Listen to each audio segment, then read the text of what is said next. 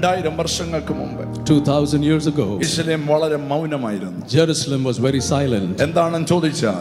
Why would you ask? That day, the Son of God, the man who claimed to be Messiah, he is dead and buried in the grave.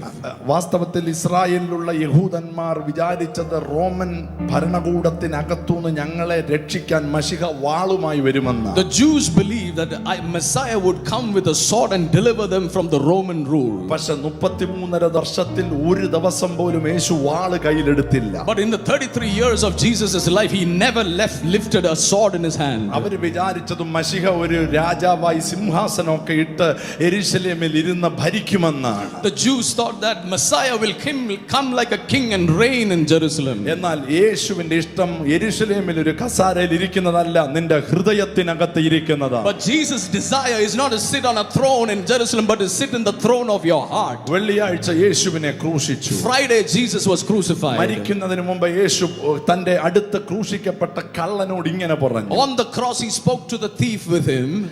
നീ ഇന്ന് എന്നോട് കൂടെ പർദീസയിൽ. You shall be with me in paradise. നിങ്ങളൊന്ന് ചിന്തിച്ച്, കയ്യിലും കാലിലും ആണിയുണ്ട്. He is crucified with nails in his hands and feet. തലയിൽ മുൾക്കിരീടമുണ്ട്. There's a crown of thorns on his head. ശരീരം മൊത്തം അടിച്ച് തകർക്കപ്പെട്ട് കിടക്കുന്നു. His body is bleeding and shred apart. ഇതൊക്കെ ഒന്ന് കരിഞ്ഞ് സൗഖ്യമായിട്ട് നിന്നെ ഞാൻ കൊണ്ടുപോകാമെന്നല്ല യേശു പറഞ്ഞു. Jesus didn't say I will get healed of all this and then I will take you to paradise. ഇന്ന് നീ എന്നോട് കൂടെ പർദീസയിൽ. He said today you will be with me in paradise. ആദ്യത്തെ ദൂത് ഞാൻ പറയാം. The first message I want to tell you. അന്ന് Calvary ക്രൂശിൽ ആണിയിൽ തൂങ്ങിക്കിടന്ന യേശുവിന്റെ അടുക്കൽ ഒരുത്തനെ കൈവിട്ടില്ലെങ്കിൽ ഇന്ന് രാജാതി രാജാവും കർത്താതി കർത്താവുമായ യേശുവിനോട് യേശുവേ എന്ന് വിളിക്കുന്ന ഒരാളെ പോലും അവൻ കൈവിടുകയില്ല. If Jesus didn't leave that thief who asked for help at the cross, how much more will he help you tonight after he is resurrected from the grave? ഇപ്പോൾ നിങ്ങളിൽ ആരെങ്കിലും എന്നോട് പറയുക, പാസ്റ്ററെ ഒന്ന് കാണണം, ഒന്ന് സംസാരിക്കണം എന്ന് പറഞ്ഞാൽ ഞാൻ പറയും അടുത്ത 30 മിനിറ്റ് കഴിയട്ടെ, ഈ പ്രാർത്ഥന കഴിഞ്ഞിട്ട് ഞാൻ വന്ന് കാണാമെന്ന്. If you ask me tonight if I can come and meet you, I would say please wait half an hour and then after the meeting I'll meet you. എന്നാൽ യേശു അങ്ങനെ പറഞ്ഞില്ല. But Jesus did not say that. ഈ ആണിയൊക്കെ ഒന്ന് ഊരട്ടെ.